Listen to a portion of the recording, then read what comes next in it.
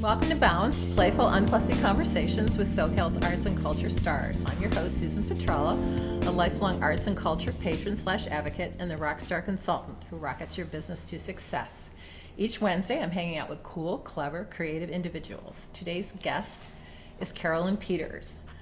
She says she's an artist, a teacher, and a meaning spinner.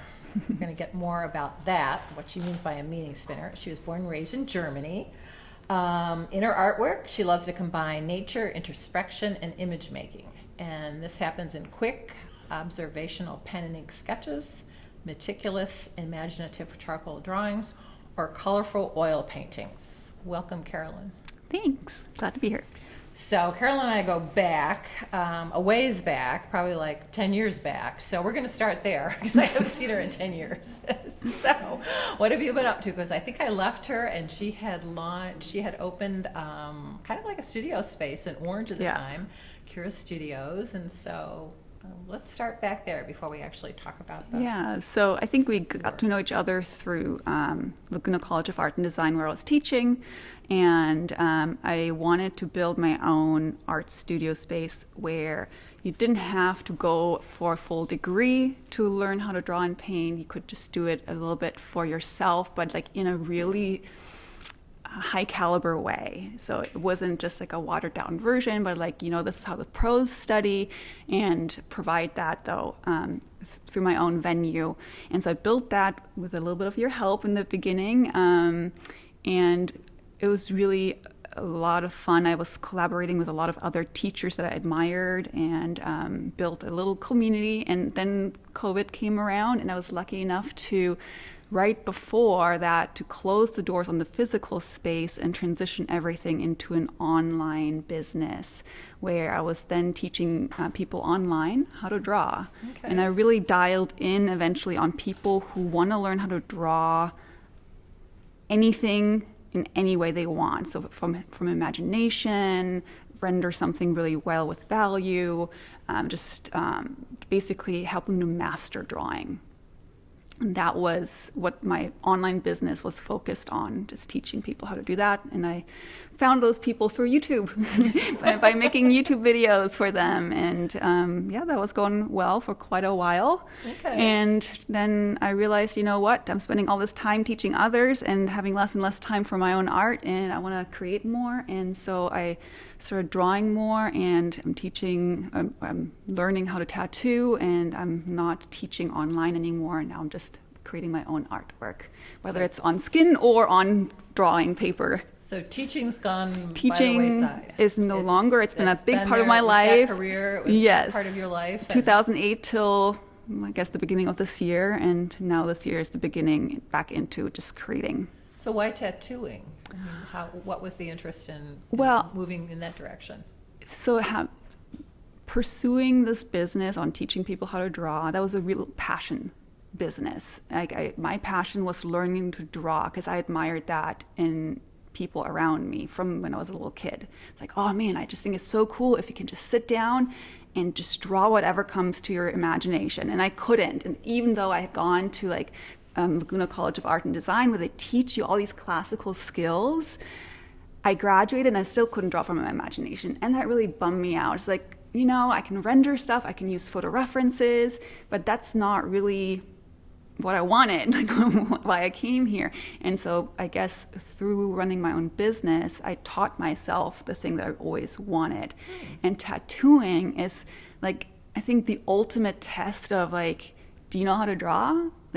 Are you good enough to put it onto somebody's skin? And not just good enough, but also is it meaningful enough? Are you capturing whatever this person is needing, wanting, and to put it onto their body?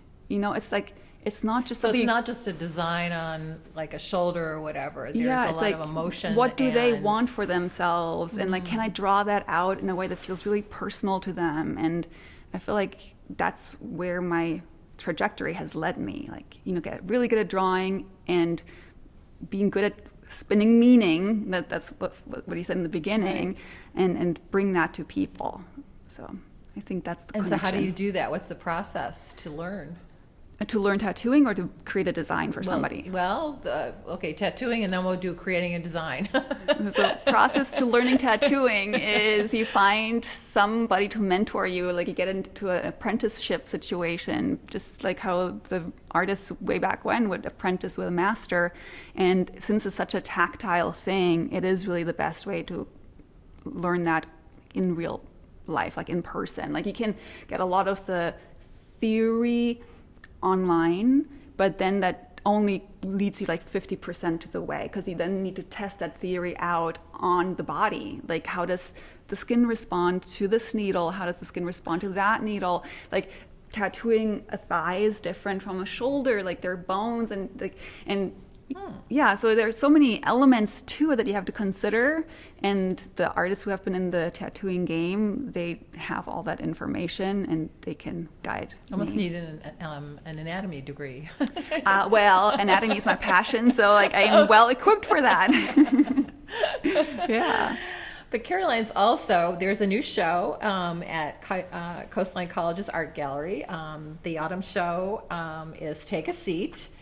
And Caroline's one of the 10 artists, and the exhibition features the work centered on a familiar gesture, the invitation to sit. Through paintings, drawings, ready-mades, found objects, and sculpture works, Take a Seat reimagines the chair as a vehicle for contemporary expression. So you've got some charcoal drawings in the show, one called Perched, Sentinel, and Throned, and they're all charcoal on paper. So can you tell us about those?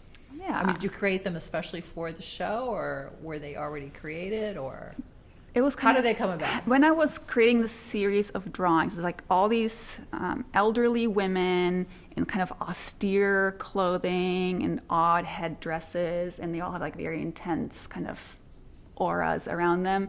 Like they kind of came to me, like I always sketch all the time, and like sometimes when I just want to wind down, I go through Pinterest and I find images and I just sketch the images, and like I've been finding more and more photographs of women in Holland and Belgium who had just like these very cool traditional outfits, and I would sketch them, and then these sketches later on I would turn them into like their own compositions, but where I would take the initial photograph and then from my imagination like let it grow into whatever I wanted to become. And like the series of women came out, and when I was in the middle of creating this, David emailed me saying, hey, we're having this show coming up. It's like, well, it's not necessarily about chairs, but there is this implication of like, what does it mean to ask to be seated? A lot of them are standing up, in fact, and they're not sitting down. Like it's very deliberately not sitting down. And so was playing with that idea. And one of the images have birds in it, and I felt like that's a good way to connect it into the show, because the birds are sitting on her. And what does it mean to be the carrier of, the position? And so that's how I was thinking about kind of connecting my work with this show. Is charcoal one of your favorite mediums to create in? Yes, because you can be super detailed, at least with the charcoal that I use, but you can also get really dark. Like I like having some nice dark contrast. Okay. Yeah. And so you said you sketch all the time, so... Yeah, so I have a sketchbook wherever I go. Right now it's in the car though. But like just colored pencils are usually my go-to for that. Okay.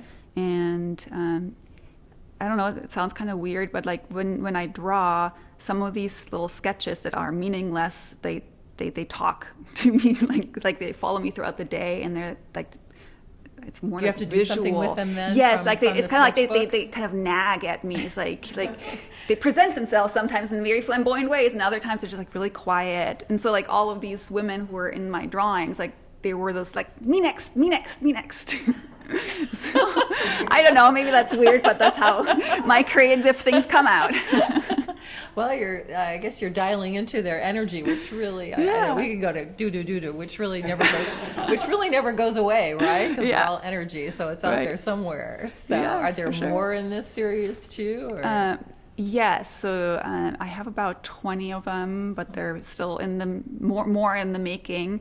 Do you work on one I usually Drawing do one at a time, yes, until I get to this phase where like I know you're almost done, but not quite yet, but I don't know how to finish you. And then I just kind of put them against the wall and I let them kind of talk to me from there. Yeah, I And- guess that's what happens. Yeah, that was an interesting conversation, like, with other artists. Like, when do you know that it's, like, done? How do you know that it's...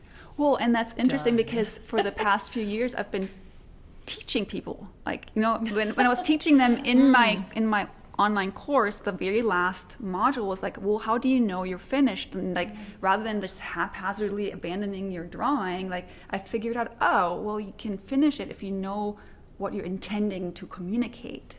And it doesn't have to be like a narrative necessarily. It can be, but it can be just as simple as like, I really loved black and white contrast and it feeling ominous. Well, did your piece accomplish that? Oh. So like for me, if I'm looking at my ladies, it's like, well, what's the energy I'm getting from her? And is it currently being translated in the finished product? so there's like a dialogue. Yes, so- and if the answer comes back no, then it's like, okay, what can I do to make it more ominous, or what can I do to make it more happy, or like whatever the adjectives are at the time. And then it becomes a formal dance, like, okay, round shapes, light shapes, dark shapes, pointy shapes, and So did they get that, the students you were teaching? oh yeah, Yeah? oh yeah, They got that? yeah, for sure. What about a title? Now, the drawings have titles like Perched, Mm-hmm. Sentinel, and Throned. So do you have a title in mind? Because that was another conversation. Like, how do you, when do you title a work? I remember one of the artists, oh gosh, she was like blue tape like around the edge of a painting. And like as things come to her, she'll write it down. Yes. And then like, Yes. then maybe from all of those, words or whatever, it'll Yeah, come. So do exactly. you have something in mind, or is the title after? It depends. I think most of the time it comes after for me, but just like the person you're talking to, when I'm in that conception phase, where I'm like thinking about like what's the main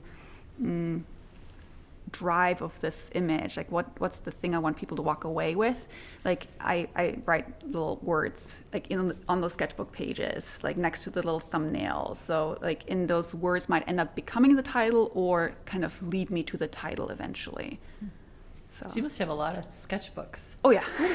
Oh, I think the gentleman who's in the show, Jim Jenkins, and his chair kind of mechanical pieces, he was saying he has all these sketchbooks like Yeah. from years and years ago or whatever. Well, it's you can, like, kinda, because, like pull out. like, you do you can ever do think- that? Do you go back like, okay, 10 years ago and pull something out? I don't know if I go that far back, but I'm always having a dialogue with the most recent 3.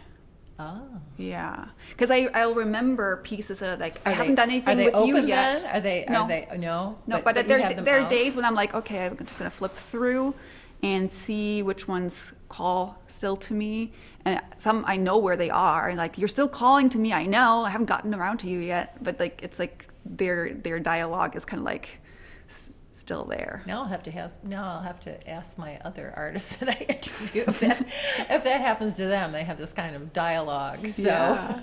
I wouldn't be with their surprised. potential subjects. So you've got about 20 of the kind of like this series with these, European. Yeah, it reminds me a lot of like, Holland and whatever, way back when, Yeah. like the 1900s. Yeah, it's like or late something like 1800s, that. early 1900s is when those yeah. pictures are from. So, and what comes next? Or are you still working on this series? They're still going. Yeah, I'm not finished with them yet. So now it's just finding more ways to show them and share them. And what might that be? Ways to show them? Just seeing if there are other galleries where they might be interested in showing them, like creating little pop-up shows. Like, I don't know, like I'm kind of just letting them tell me what they want at this time. I know it sounds so weird, but like that's how it is. Yeah, because there's so many. I think years ago you had something. Did you do a pop up at the Orange farmers market too? Yeah, that was for my business for the studio. That's right. Yeah, that kind of comes. And you were doing some having some events at your home too. Yeah, I sometimes do open studios. I mean, there's so many opportunities. I think now Yeah. maybe to market yourself. And you were also talking about, I always get it wrong, it's not a zine, it's a zine. Magazine. I keep on saying magazine and saying zine. You were talking about your tattoo business, you put together something. Well, yeah, so when you're a tattoo artist, basically, if people don't know what they want from you, they go to you and look at your menu, and those are called flash designs. And I learned how to just take a piece of copy paper and fold it into a little zine, and then I have my flash designs in there, and it's just this big, and people can just like take it with them. So I was kind of tickled by that. That's the flash. It depends. If it's repeatable flash, it means like it can get, like the same design can get tattooed multiple times. If it's one-off. I don't understand that. Okay. Oh, okay. Think of a drawing. Okay. And I'm like, hey, do you want this tattooed on you? And then like, yeah. And then like, okay, you've taken this off the menu now. This is non-repeatable flash. If it's repeatable flash, like, okay, you can have it, but somebody else can have it too. Oh, how interesting. Yeah, so depends on like how unique you want to be. So do most artists want to be unique? It changes. Right? Because it's more affordable to use repeatable flash. Okay, so I could get the same butterfly as Jane or Caesar. Exactly. Or whatever. Yes. Not that you might want a butterfly Caesar. You have a bounce butterfly for everybody. How wild. Well, thank you. This has been really wonderful. Awesome. You're sharing your story with us. You've made bounce. A special thank you to our generous sponsor, Coastline College, its Fine Arts Department Art Gallery, David Michael Lee. He's our director, he's a curator, he's a professor, he's also our wonderful producer. Thank you, David. Until next time. Thank you. Is that okay? Are we short? Is that okay? Are we short? It's 18 minutes. Oh, okay. You can keep talking. I have a question. Yeah, okay. Questions, there you go. But repeat the question so you can Okay. Tell me your question. I just wanted to know what your most interesting tattoo is that you've done. Okay. It would have to be a drawing that my daughter did when she was 4 years old of like a little crocodile dragon imaginative creature, and I tattooed that on my husband. And the stakes were really low because it was one of my first tattoos. It's like, it's a kid's drawing. You can't really mess that up. Like, if the lines aren't perfect, it's fine. And he's okay with that? He's not like, please? Oh, no. He signed up for that. Oh. He did. That's for life, right? Exactly. Any other questions? Yes. Your work are those three back there? Yes, and then up here, those two as well. I'm really curious about the claw, long fingernail. What's that about? What does that mean? What are you saying with that? I'm not quite sure myself, but how do you respond to it? It looks random. I've never met any women that look like that, and I was wondering. And does it make you feel like, oh, like they're friendly, or oh, they're threatening, I or? think it's utilitarian. Oh, interesting. These look like very women that are not frivolous. Whatever they do is on purpose. Yes, you got it. They use it for picking up bales of hay or something. I love this. Yes. Yeah. No, I'm thinking it's like something sharp on them, something that can do some damage, but something that can be used. And I love that you're saying that they look like they don't just like have no reason for things. Like, they're very intentional ladies for sure. Yeah. What's up? Maybe for protection. Another question. Yeah. You also said that the charcoal that you use, you can get very detailed with. Yeah. What kind of charcoal is that? Oh, it's by Creta Color. It's by Creta Color. It's called Nero. And it feels like a graphite pencil. So like, you know how graphite is like you can get so detailed and it's very controlled.